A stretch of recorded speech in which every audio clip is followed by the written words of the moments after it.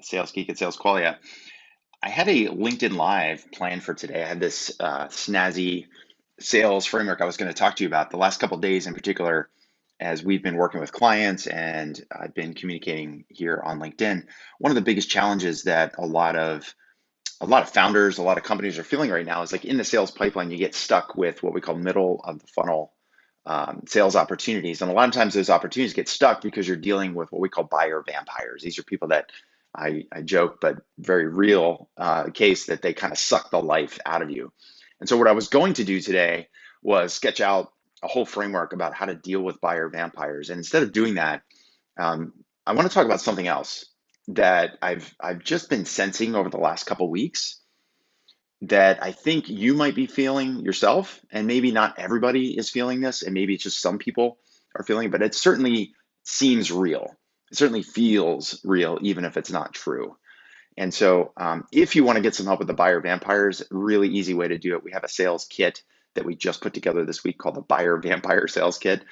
You can just go to salesqualia.com/vampires, salesqualia.com/vampires, and that's where you can download the sales kit there. We have a sales kit to identify, it's a checklist on how to know if you're dealing with a vampire, what to do with that kind of person, and also giving you a framework that you can use, a playbook that you can use on that.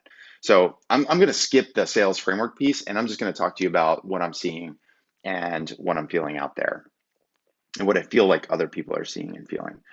So what I'm going to do is actually sketch this out in just a minute. So I've got maybe it's on this side here. I've got my iPad all dialed up.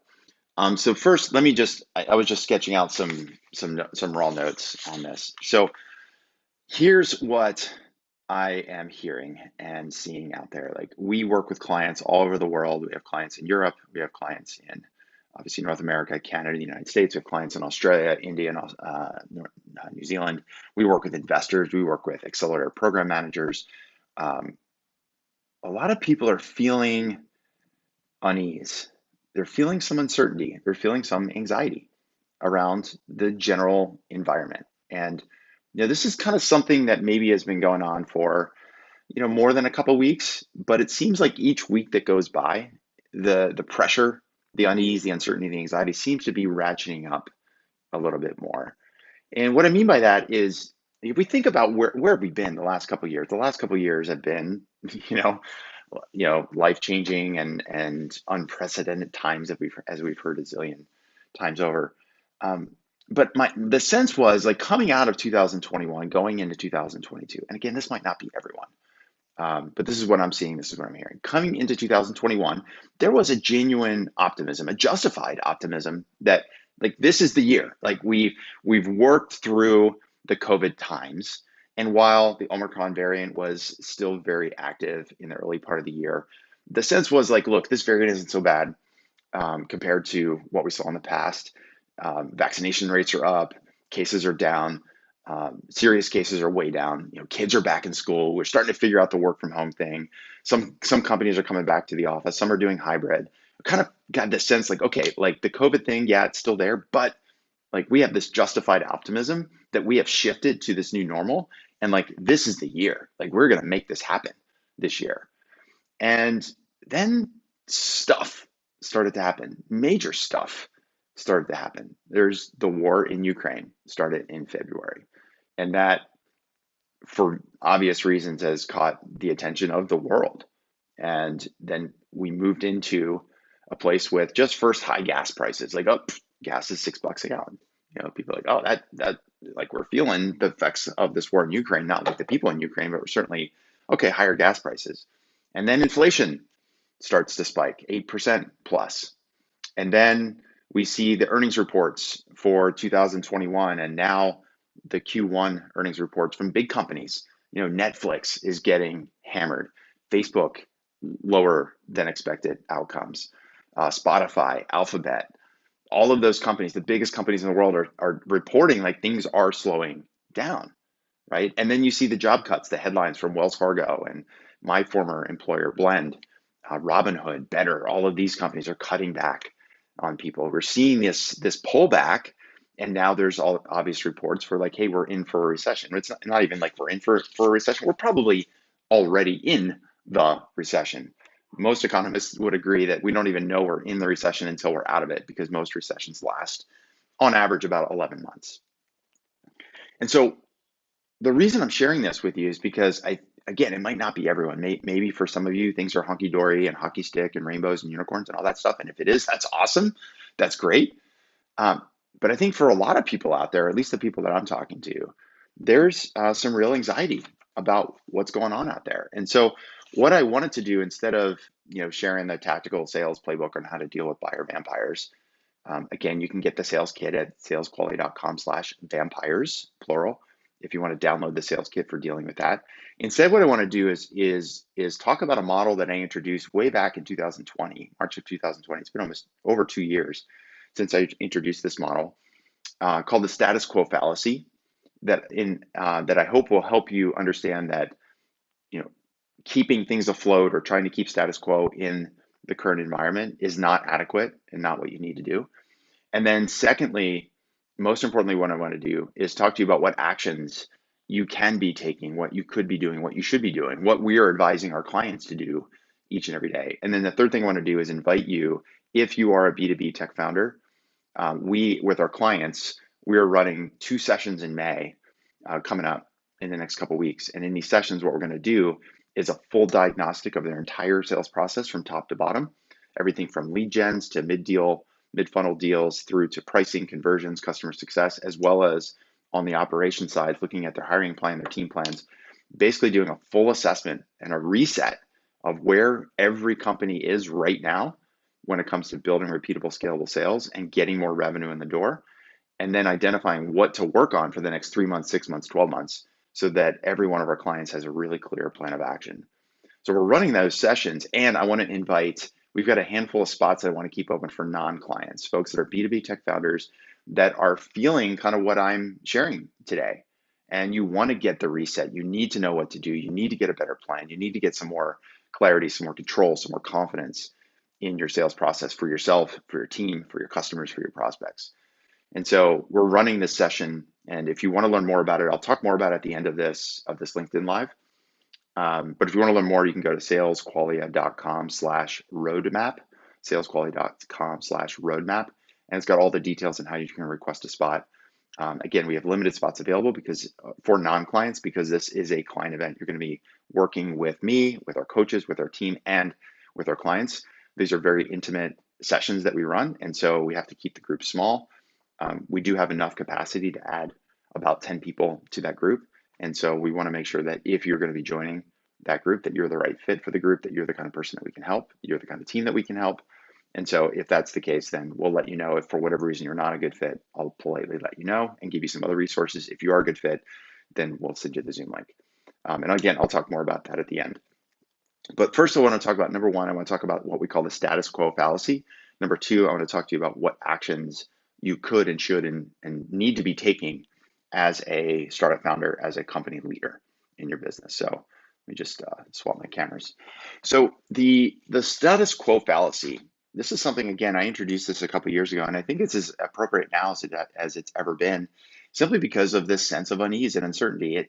It doesn't feel like the same depth and level that we saw a couple of years ago because of the unprecedented times we were in with shutdowns. However, it doesn't make it any easier to navigate and operate and grow your business if the environment around you just is providing some pressure. It's sort of pressuring you, pressuring your team, pressuring your customers, pressuring your prospects. So the way this is what we call the status quo fallacy. Status quo fallacy. So the way that the status quo fallacy works is we know, if we look into the future, we're here today. We know in the future, 2 years ago, we knew there was going to be a future in 12 months, in 2 years, in 3 years. We didn't know what the future was going to look like, but we certainly know in the future there's going to be life, there's going to be business, there's going to be an economy. And if we think about this timeline from the future back to today, we can think of something as simple as 12 months. The reason I like to think about 12 months is because, as I mentioned earlier, most recessions, if you look at economic data over the last century, most recessions last an average of 11.2 months. So we'll just round it up to 12 months, a nice even round number. So if we think about a year from today, that's like the future state. And if today, we're feeling this sort of pressure from the external environment, right? We're feeling pressure with our customers. Our customers are feeling pressure from their customers. Your prospects are feeling it. They're feeling it from their prospects. Your team is feeling it because of higher gas prices and higher food prices. And now what was going to be a Disneyland vacation is maybe a camping trip or a staycation instead, right? Instead of moving into a bigger house, instead now that's put on hold because mortgage rates are skyrocketing and home prices are beyond control, right? All of this pressure is coming down. And so the status quo fallacy is that the tendency for most of us is to sort of say, well, I'm just going to kind of keep my head above water. I'm just going to sort of like keep myself afloat and kind of ride this thing out. Like the waves are going to come and go, and my job is to just sort of ride those waves out. The problem with that is that we aren't in control of the external environment, as we know, right? So if you think about the stuff that's pressuring you, first it was the onset of the war and all the ramifications from the war.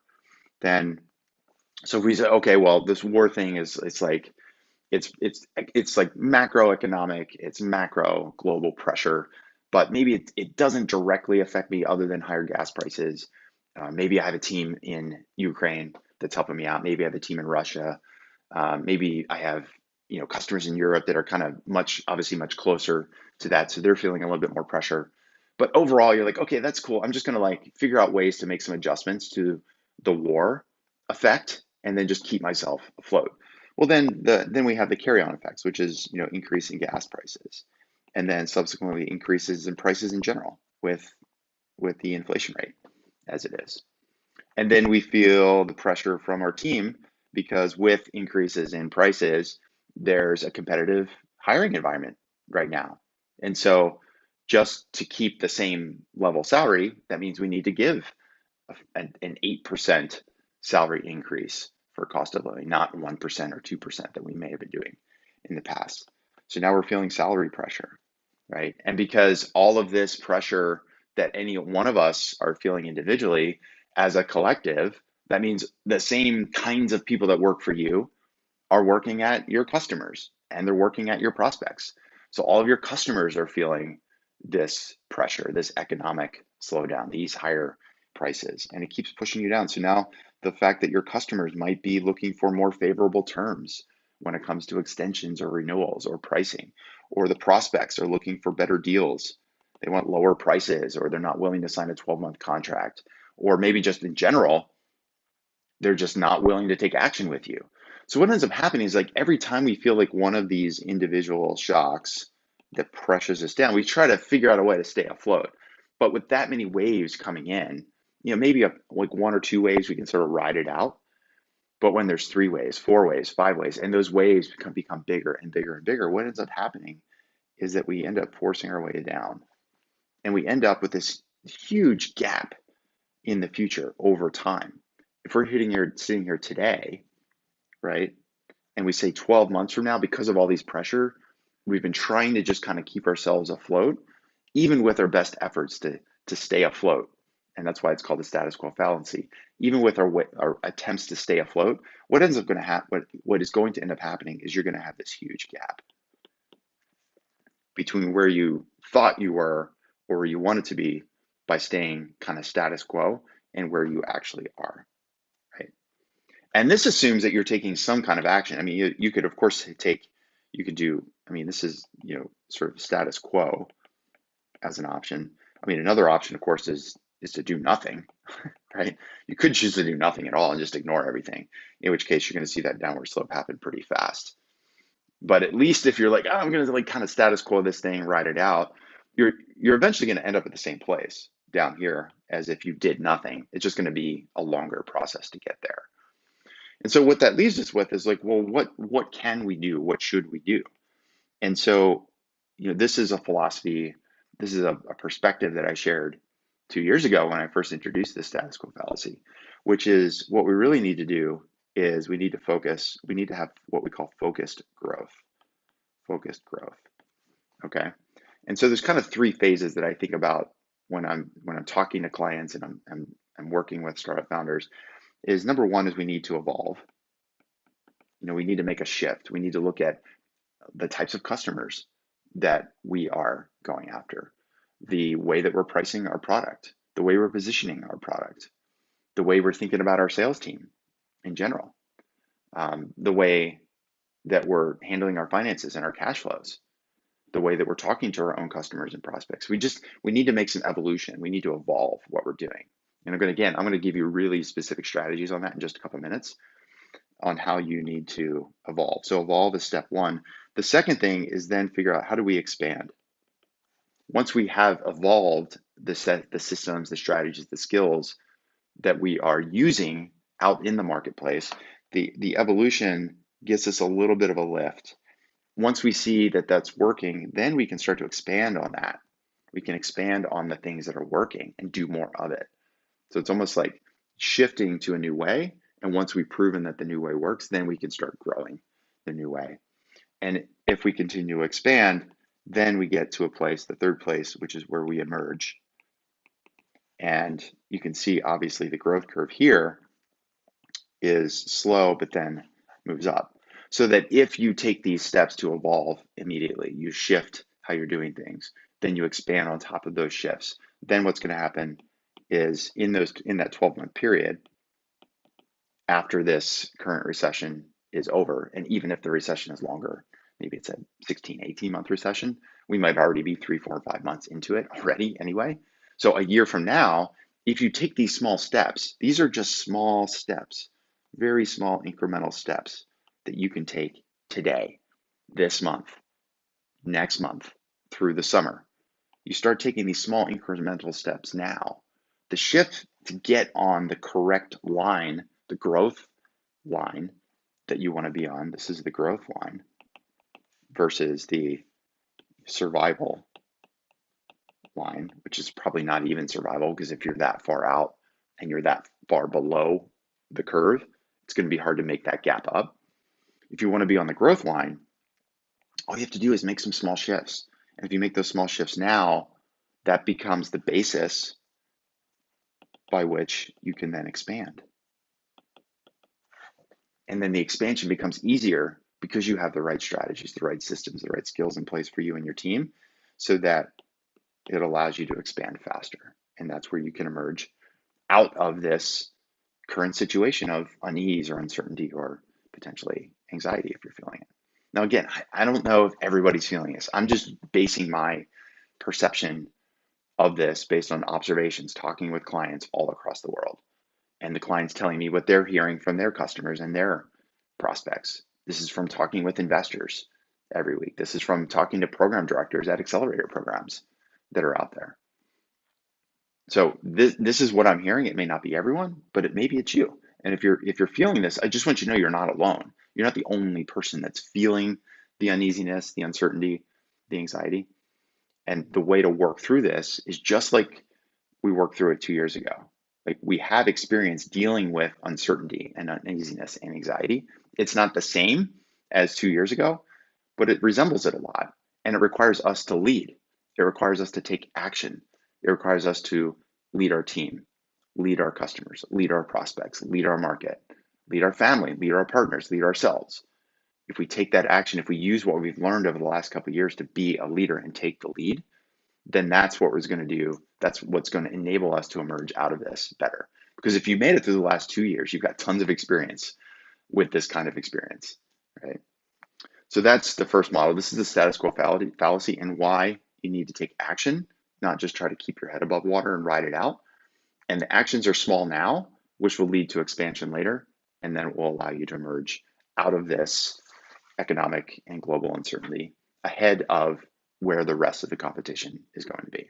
Okay, so let's talk about the second model. And again, in just a couple minutes, I'm going to share more details. But if you want some help with taking these first steps, this is why we're running our live sessions with our clients in the next couple of weeks in May. So this is where we're going to be going through our startup selling systems roadmap.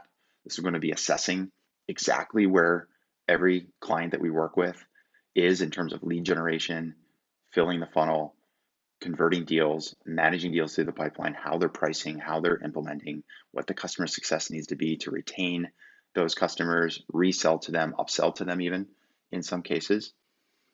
And so I want to invite you to join that session with us. We've got limited spots. So if you go to salesqualia.com/roadmap, salesqualia.com/roadmap, you can learn more details, okay? So let's talk about this last, the second model that I wanted to talk through. And so if we think about kind of where we are today, there's this general feeling of anxiety, at least from what I'm seeing out there.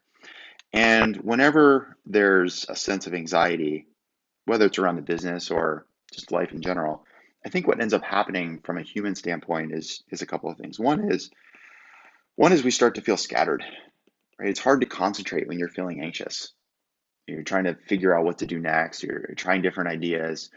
Um, it's hard to focus in one area because there's lots of problems. You have more problems than you want to deal with every single day. And all of a sudden, you start to feel a little overwhelmed. When you're overwhelmed, it's like, where do I focus, right? It's hard to stay scattered. It's hard to focus, so you're scattered, right? The second thing is that we tend to do is we tend to become defensive, right? It's a survival instinct. When things are not going well, what do we do? Like, this is what you do if like I'm training jujitsu. Like if you're getting attacked, like yeah, you try to block somebody before you can attack back. The first thing you have to do is be defensive. Now you can't be defensive forever though. If you're defensive forever, you're just giving your opponent a chance to find an opening, and then you're going to be in worse shape than if you did nothing after blocking the initial attack, right? But the natural tendency as humans is go into defensive mode, and that's normal. The third thing that we tend to do is if we're feeling overwhelmed and if we're in defense mode, then we sort of hope for something to get better. We're looking for a break. We're hoping to get lucky. We're hoping that, maybe a couple of deals in the pipeline do convert. We're hoping that maybe some of the customers that haven't been so active with us, maybe we're hoping that they'll just, we don't want to shake the trees too much. We don't want to ask them why they're not using the platform or the product too much. We're kind of hoping that they'll renew anyway. We're hoping that they won't notice that we're pinging their credit card for $3,000 a month. We sort of hope for the best. So obviously, these are not what is going to get you out of this feeling of uneasiness or anxiety, right? So instead of being scattered, we need to focus. Instead of being defensive, we need to go and advance forward. And instead of hoping, what we need to do is serve and sell, right? We need to serve and sell. So let me talk about these three areas. So specifically, when you're feeling scattered and I say you need to focus, there's kind of three parts to this. The first part to this, I've got some notes here that I sketched out, so that's why I'm looking down. The first thing we need to do, of course, is focus on our team. Like if our team's not right, if our team isn't focused, then how can we portray and give a focused conversation to a customer or to our prospect or to an investor, right? So we need to focus on our team first. And that's not just talking. Yes, you need to talk to them. If you're feeling this and you're sensing that they're feeling this, don't just talk, but you need to listen. Like, tell me about what's going on with you. And it's not to say that you have to get into every personal detail. I know that there's boundaries and barriers, but you need to listen to them and understand, what are they feeling? What pressure do they have out there, right? So first, focus on your team. The second thing we need to then do is focus on our customers. These are the people already paying you money.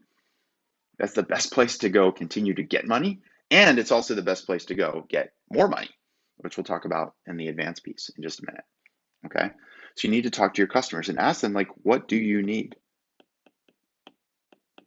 We're doing this right now with our clients. Like, we're doing all kinds of stuff that's not part of the air quotes program, right? We're doing lots more one-on-ones. We're doing lots of deal reviews. We're sending text messages to check in with people almost every day in some places. It's just like, hey, what do you need in order to get through this situation, in order to help you move forward, in order to help you with that decision, right?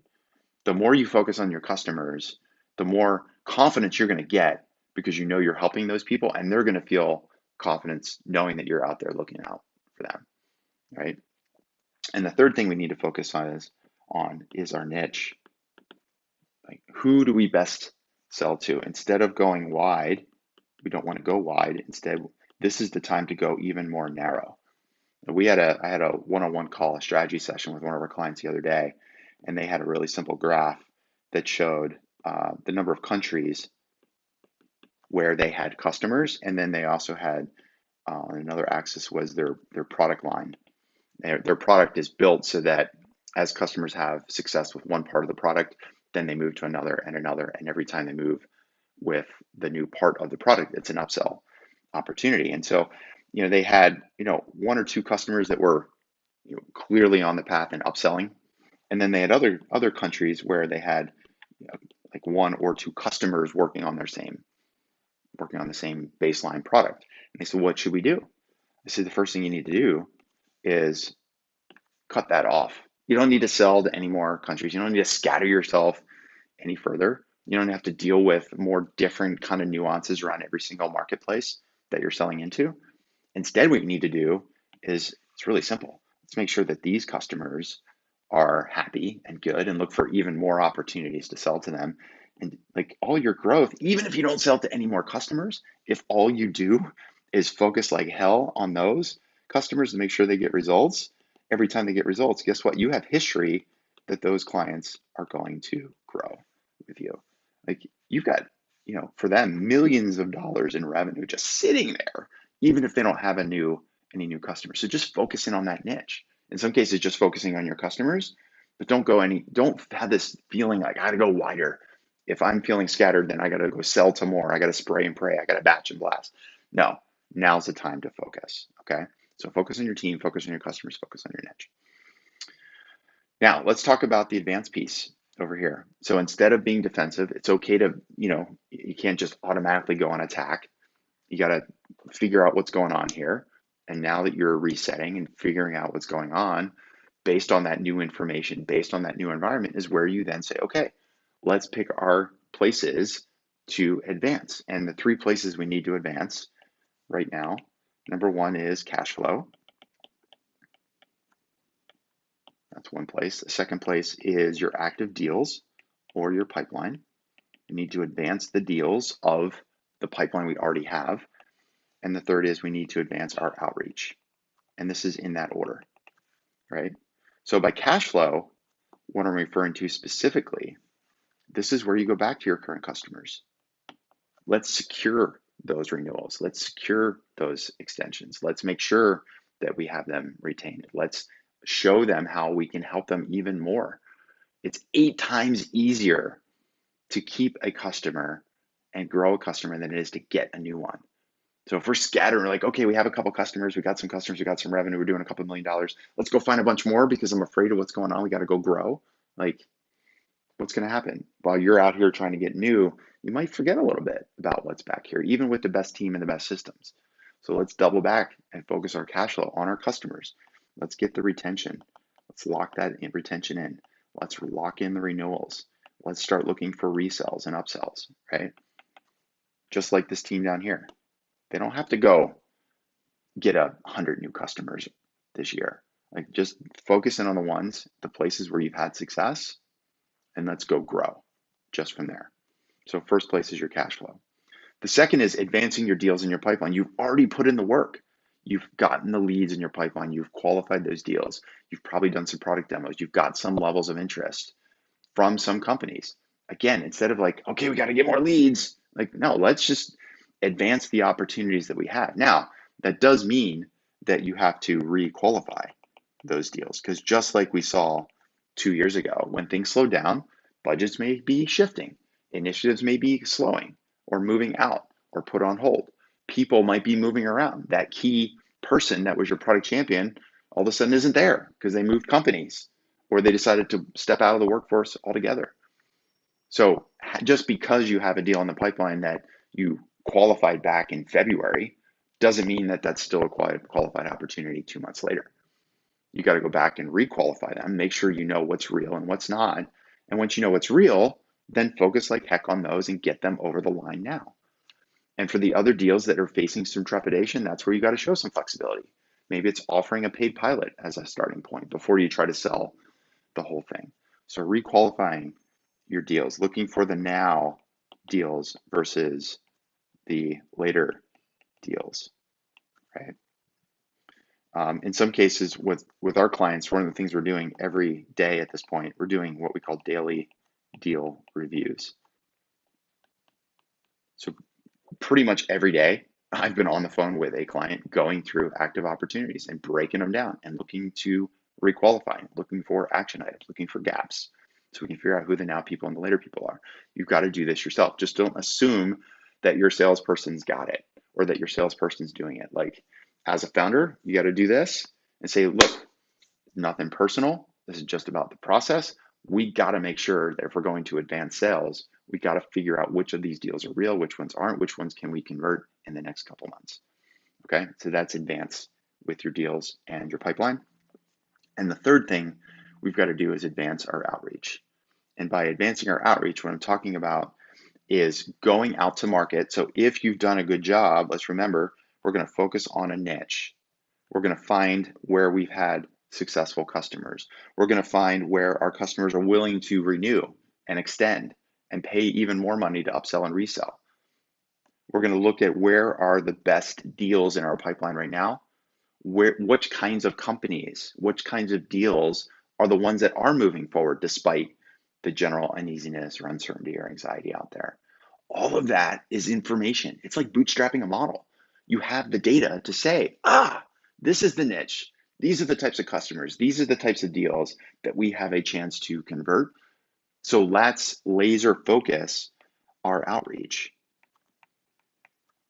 And let's make sure that when doing the outreach should be about them, not us, right? Too many people still, it just amazes me to this day when I get a cold outbound email in my inbox. Our product does this, our company does that. I would like to set up a 30-minute call to tell you what we do. Like, can we just stop doing that? But if you laser focus on your niche, on your customers, on the deals in your pipeline, and know which one of those are best able to take action now you know exactly where to do your outreach and you can advance and get more deals into the pipeline. It doesn't mean that you have to get 100 new sales opportunities, 100 new leads this month. Even if you're laser focused, you get fewer leads but higher quality. Now you're spending time with people more likely to buy your product. This isn't about like, let's just book a bunch of demos and hope for the best. We're going to talk about hope in a second. Hope is not a strategy. Instead, it's based on data. This is the niche. These are our customers. These are the deals that we know we can sell to. Let's get those people into our sales funnel. I'd rather have 5 qualified leads than 50 bad ones, because then I got to sort through 50 to find the 5. I'd rather have 5 good ones knowing I'm going to convert 3 or 4 of them than have 50 and hope that I'm going to convert 1 or 2. Like, obviously this makes sense as I'm saying it, but many people like you are doing this. I'm not saying you're doing it. Maybe you're doing it the right way, but a lot of people are doing this the wrong way. So that's how you advance. Advance your cash flow, advance the deals you have, and advance your outreach, okay? Now, finally, let's talk about this tendency to want to hope for the best. Like, I've done this myself, right? You get into a little slump with your business, or you get in a slump with when I was doing ultras, I would get in a slump with my training. I'm like, maybe tomorrow is going to be a little better, or I'll just kind of hope that the next run is better. Or now I'm training jujitsu. I'm like, God, things are really hard. I'm not getting what he's teaching. I kind of hope the next class is better. It has to be temporary. It's natural to feel that way, but ultimately what we have to do is figure out a way to go out and serve and sell. So for me personally, if I'm struggling in a jujitsu class, one of the best things that helps me is finding somebody that just maybe it's their first or second or third class. And I don't know a whole heck of a lot, but there's a couple things that I know. I can say, hey man, like, if you're in this situation, the reason I was able to flip you is because you were leaning forward. Just don't do that. I'm serving that person. By serving that person, it helps me get a better mindset about what's going on. And then I feel more confident to go out there and sell. So now that you're doing the advancing and you're going out and you're doing the outreach, let's focus on 3 things.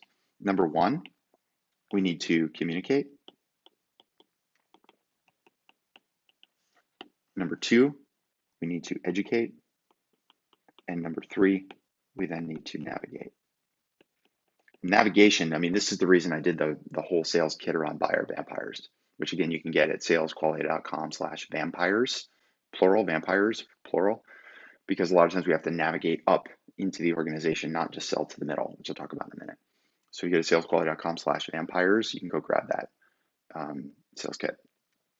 So when we're talking about communication, right, then what we need to do, again, this is about focusing on your prospects, focusing on them. So as we're communicating with our prospects, let's ask them about their priorities. What's changed? What's different? How has it shifted, if anything? What are their objectives? What are their outcomes that they need to get to with their business now? Let's focus on them, not us. That's the form of communication, right? When it comes to education, now we understand their situation. Now we understand what their strategic priorities. Now we understand their objectives and the outcome. Then what we have to do is then align what we do to their outcomes, teach them how to get to that place, and then show them how we can be a partner with them. Align, teach, and show. That's education. And if we do those things correctly, then we've got a much better opportunity to serve. We are serving them, and we've got a better opportunity to sell to them. And finally, we're talking about navigating. This is where I talk about be a leader. Lead your prospects. Lead those middle of the organization people. If you're talking to Bob in IT and Rashid, the director of marketing, and Sally, the product manager, cool. Work with those people, but also lead them up the mountain. Sell to the top of the organization. Be a freaking CEO. Be a founder. Be a leader. Be a CEO and talk to your counterparts on the other side. Talk to executives. Because if you understand these priorities, objectives, and outcomes, these executives are the ones that are responsible for achieving them. By educating them, you're going to be able to align those interests and teach them and show them how you can get to the thing that they need to get to. Remember, you as a startup are the best option right now. If there's some unease, if there's some anxiety, if there's some uncertainty in the market, that's the time that your prospects need you now more than ever. I'm going to say that again.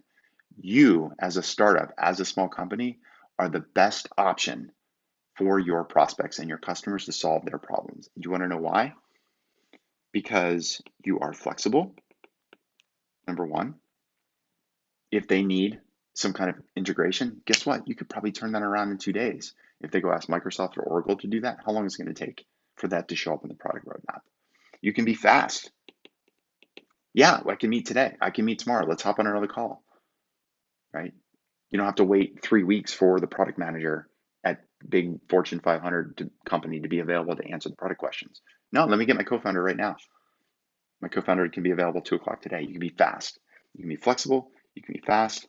And most importantly, you are fierce. You know how to handle adversity. You started a startup. Let's face it, your whole life has been adversity, right? So you have this fierceness about you.